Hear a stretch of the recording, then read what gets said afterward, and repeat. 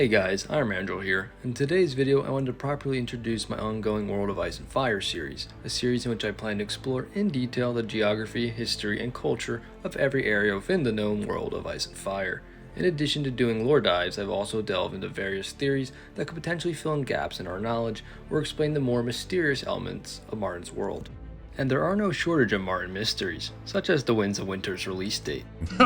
Even the name of the planet itself is unknown to us, which is why I'll interchange between what is officially referred to as the World of Ice and Fire with the fan nickname of Planetos, a nickname in which my opinion perfectly replicates Martin's naming conventions. So if you plan to join me on this grand adventure, I recommend you subscribe to my channel so you can keep up on every step of the way. If you're only interested in briefly exploring this dark yet fantastical world, then sit back and enjoy the rest of the video as we are about to circumnavigate Planetos in record time. The Known World. The known world of Ice and Fire contains 9 main regions. These 9 regions consist of 4 continents and 5 major seas. The 4 continents are Westeros, which lies in the west, Essos, which lies in the east, Zoros, which lies in the south, and Ulthos, which lies underneath the far east portion of Essos. The 5 major seas are the Narrow Sea, which separates Westeros from western Essos, the Shivering Sea, which is located north of Essos, the Summer Sea, which is located south of eastern Westeros, as well as between Zoros and central Essos, the Jade Sea, which is located in between Zoros, eastern Essos, and Ulthos, and last but certainly not least, the seemingly endless Sunset Sea, located west of Westeros. What lies beyond the Sunset Sea, you may be asking yourself? A good question. For another time. We are focused on exploring the known world in this video. The unknown world will have to wait. I'll allow it. We know as much about Planetos as the denizens of Westeros do, as we experience the world of Ice and Fire almost exclusively through a Westerosi lens, which is why the further you stray away from the Sunset Kingdoms, the less information there is to be found. We'll start with the continents and seas furthest away, and work our way back to the Westeros. Alrighty then, it's time to start our grand adventure across the known lands of Ice and Fire. I'm going on an adventure! Ulthos. The continent located furthest away from Westeros is Ulthos. Ulthos is on the edge of the known world, and only a small portion of it is charted on the maps.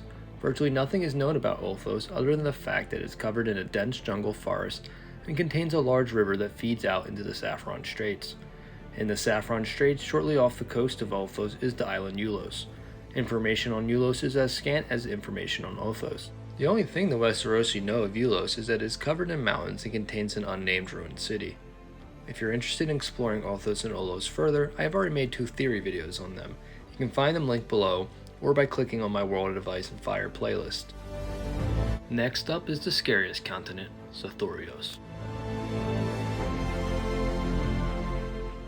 This continent is hell on earth.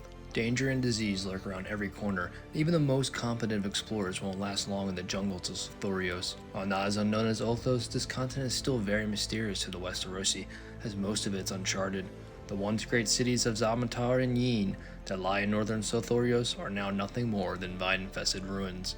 The natural inhabitants of Zoros are brindled-skinned half-men who are described as more beast-like than man. However, there are pockets of civilization to be found in Zoros on the northern coast of the Basilisk Isles. There is a small score of trade towns where adventurers, rogues, and whores go seeking fortune. There you go, Tyrion. Zoros is where whores go. That's a good question, but you have to ask yourself that question. Where do whores go? Where would you go if you wanted a whore? Zoros also contains the island of Nath, a land of peaceful people and butterflies. Quite the juxtaposition from the typical hellish landscape of Zoros. I will further explore the many horrors of Zoros in a future video, and I have already done a video on Ulthos. But next up in this video is the sea between them, the fabled Jade Sea. The Jade Sea is home to a variety of islands full of riches and wonders, such as the Isle of Elephants in the southwest, the Manticore Isles in the southeast, the Isle of Whips in the northwest, and the Paradise Isle Marahi between them. The Jade Sea is also home to the legendary island of Lang, a land said to contain 10,000 tigers and 10 million monkeys. Lang was one of the many places conquered by the great Yaitish Empire. It fell to Yaiti during the reign of the 6th Sea Green Emperor. However, Lang is now independent as it overthrew Yaitish rule 400 years before the events of Game of Thrones.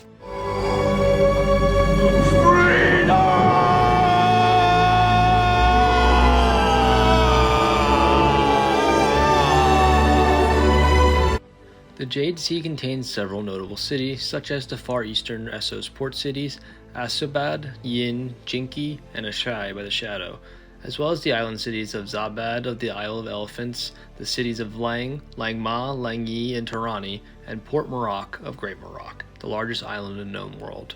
Great Maroc separates the Jade Sea from the Summer Sea. Speaking of the Summer Sea, that's the next region we're exploring in the video. The Summer Sea. The Summer Sea is the second most familiar sea to the denizens of Westeros, as many Westerosi sailors have braved her waters to Volantis. Volantis, as noted by Quentin Martell in A Dance of Dragons, is the furthest most Westerosi will travel to trade. Volantis borders central Essos, an area that few from Westeros have traveled to, which means there are many items unfamiliar to the majority of Westerosi to be found within the many bazaars of Old Volantis. Volantis may be the most important city to border the Summer Sea, but is far from the only one. Nugis, Valhar, and Pharos are some of the other cities that lie within the grasp of the Summer Sea. While the Great Maroc may be the largest island in the Summer Sea, and the world, is not the most prominent island culture of the Summer Sea. That award goes to the Summer Islanders, a powerful seafaring race. Summer Islanders of the Summer Isles are darker in complexion and wear colorful feather capes. In the Summer Isles, they believe in making love and war, as both are highly ritualized by their priests and priestesses. Summer Islands lie far to the south of the Narrow Sea, which so happens to be next stop on our world tour. The Narrow Sea. The Narrow Sea is the smallest of the 5 major seas. However, it's not the size of the sea that matters, but the usage of it. The Narrow Sea is heavily traveled by Westerosi, as the free cities on the other side of the sea are the main trading partners of the Sunset Kingdoms due to their close proximity. The Narrow Sea is also home to the Stepstones, a chain of islands located in between Dorne and the Disputed Lands. The Stepstones is a very politically unstable region, as it is in a state of constant tug-of-war between Westeros and Essos. The rocky lands of these islands are virtually worthless, however the sea lanes between them are incredibly valuable. The combination of the political and climate conditions makes for a perfect breeding ground for pirates, which harass Westerosi and Essosi sailors alike. The Stepstones actually used to be a land bridge, known as the Arm of Dorne, that connected Westeros to Essos, which is what the first men used to cross over into Westeros from Essos, but the Arm of Dorne was allegedly destroyed by the Children of the Forest long ago during the Dawn Age. Due to its destruction, we will now have to sail to our next destination because we're heading to Essos. Essos, also known as simply the East, is most likely the largest continent in Planetos. It so happens to be the most likely candidate for the oldest continent as well. Human civilization is theorized to have started in Essos, with many cultures claiming to be the oldest. Some likely candidates are the Sarnor, the Giscari, and the Great Empire of the Dawn. When discussing Essos, it's typical to break it down into 3 regions: the Free Cities, Central Essos, and the Far East. The Far East, like the Jade Sea, is a fabled land that scant few Westerosi have ever been to. It contains places such as the Shadowlands by Ashai, the plains of Jogo Nye, and the Yaitish Empire. Central Essos, while not as mysterious as the Far East, is a mostly unfamiliar place to the Westerosi. It contains places such as the Dothraki Sea, the Red Waste by Qarth, Giscard, the remnants of the Kingdom of Sarnor, Lazar, and the ruins of Valyria. Last but not least is the region collectively referred to as the Free Cities. The Free Cities is a region consisting of 9 city-states that are independent from any kingdom or empire. The 9 free cities are Braavos, Pentos, Myr, Tyrosh, Lys, Lorath, Norvos, Qohar, and Volantis, the largest of the free cities. On the edge of each region there lies a last stop city in which beyond that point significantly fewer Westerosi will travel to. Volantis is the furthest east most Westerosi sailors will go. Qarth is the furthest that even the most experienced of sailors will typically go, and only a mad few Westerosi have ever traveled as far as Ashai, and most of those who were daring enough to do so in the first place didn't live long enough to tell the tale.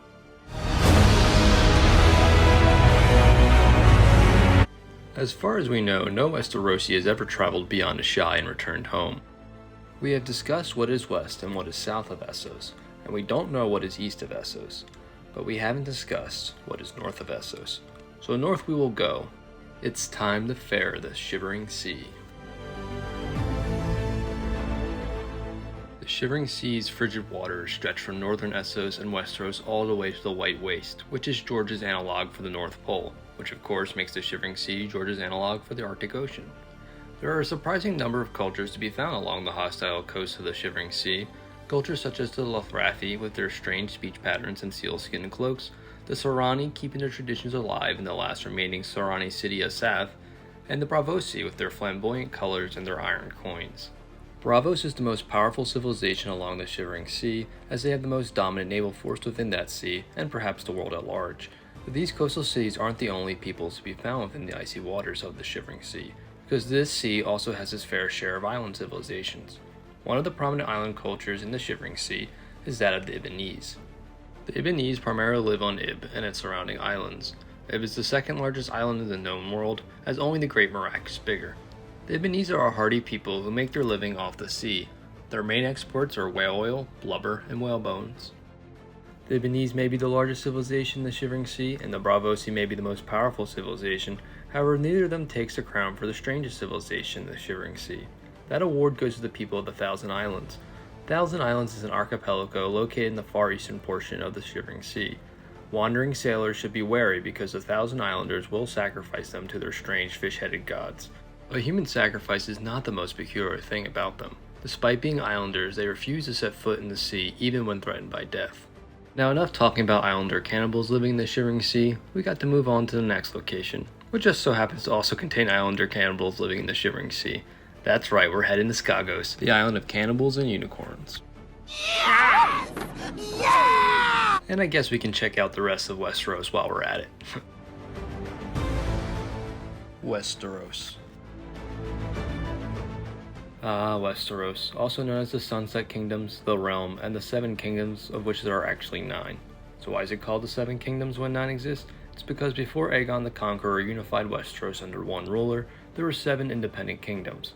After Aegon the Conqueror became king of the realm, he restructured some of the existing kingdoms in order to form 2 new ones. So George skipped down a lot of the hierarchy titles that are normally included in a feudal system. However, he did at least include Lord Paramount. So while the king rules over the entire realm, his vassals, the Lord Paramount, rule over the individual kingdoms. And then their vassals rule over subregions of the kingdoms, and then their vassals rule over large domains, and then their vassals rule over smaller domains, and then their vassals rule over even smaller domains, and so on, until you get to a point where it's some poor landed knight with a tiny holdfast and just a handful of serfs. Which is actually how House Baelish started off, as Peter Baelish's great-grandfather was only a common Bravosi sellsword who came over to the Vale to serve under Lord Corbury.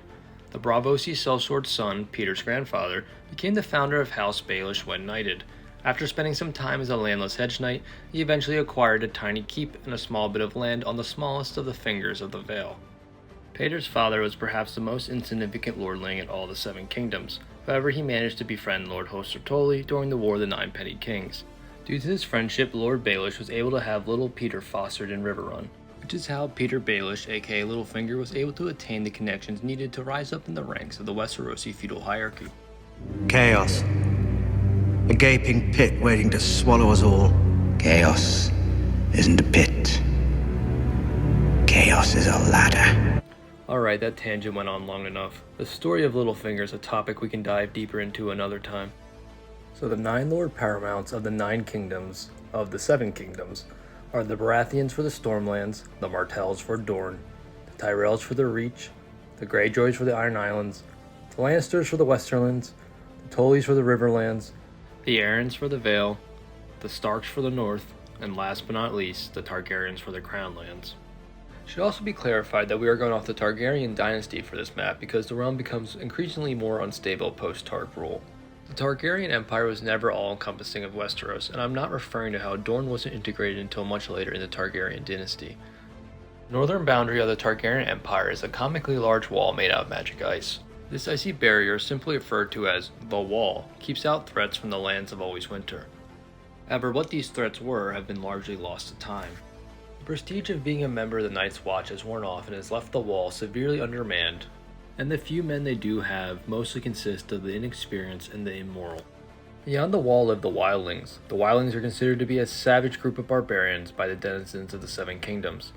While it is true the Wildlings do perform the occasional raid upon the north, they are not as savage as one would believe based off the stories. While they have a distinct culture and strange customs, they are probably still more civilized than the Greyjoys. The wildlings refer to themselves as the free folk because they don't have kings beyond the wall, except for when they do. Your Grace. Your Grace? Did you hear that? From now on, you'd better kneel every time I fart.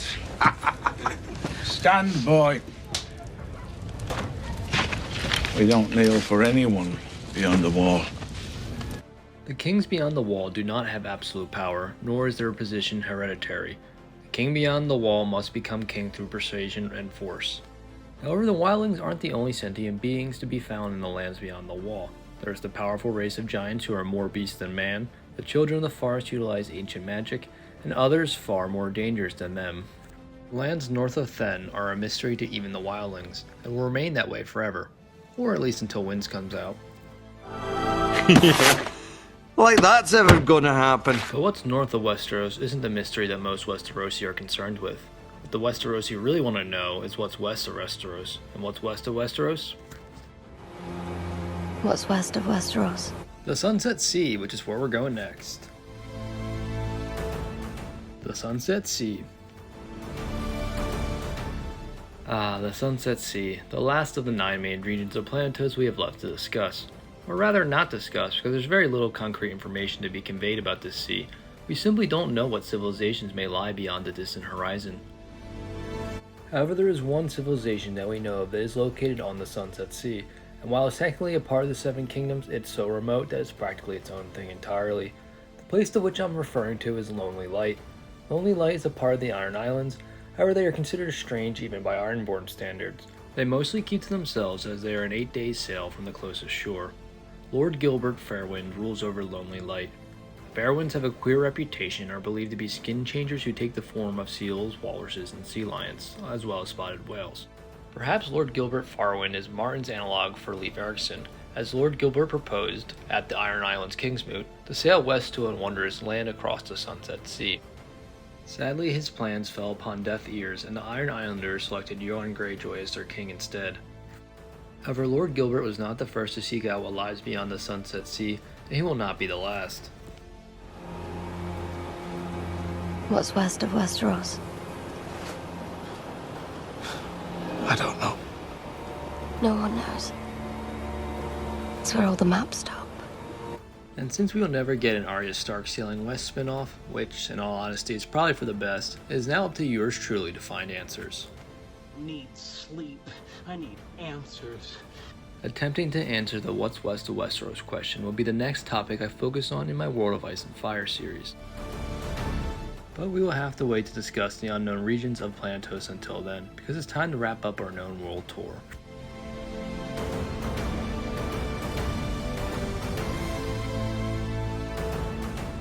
So to recap, there are 9 main known regions of the World of Ice and Fire. 4 continents, Westeros, Essos, Sothorios, and Ulthos, and 5 major seas, the Narrow Sea, the Summer Sea, the Shivering Sea, the Jade Sea, and the Sunset Sea. If you feel I didn't explore each region in enough detail, do not fret, because as I stated in the beginning of the video, I plan to cover every single region of the known world in as much detail as possible. And on that note, I would like to thank you for flying Iron Airlines. I hope you enjoyed your trip around the world with us. If you ever want to join me on another journey, you know where to find me.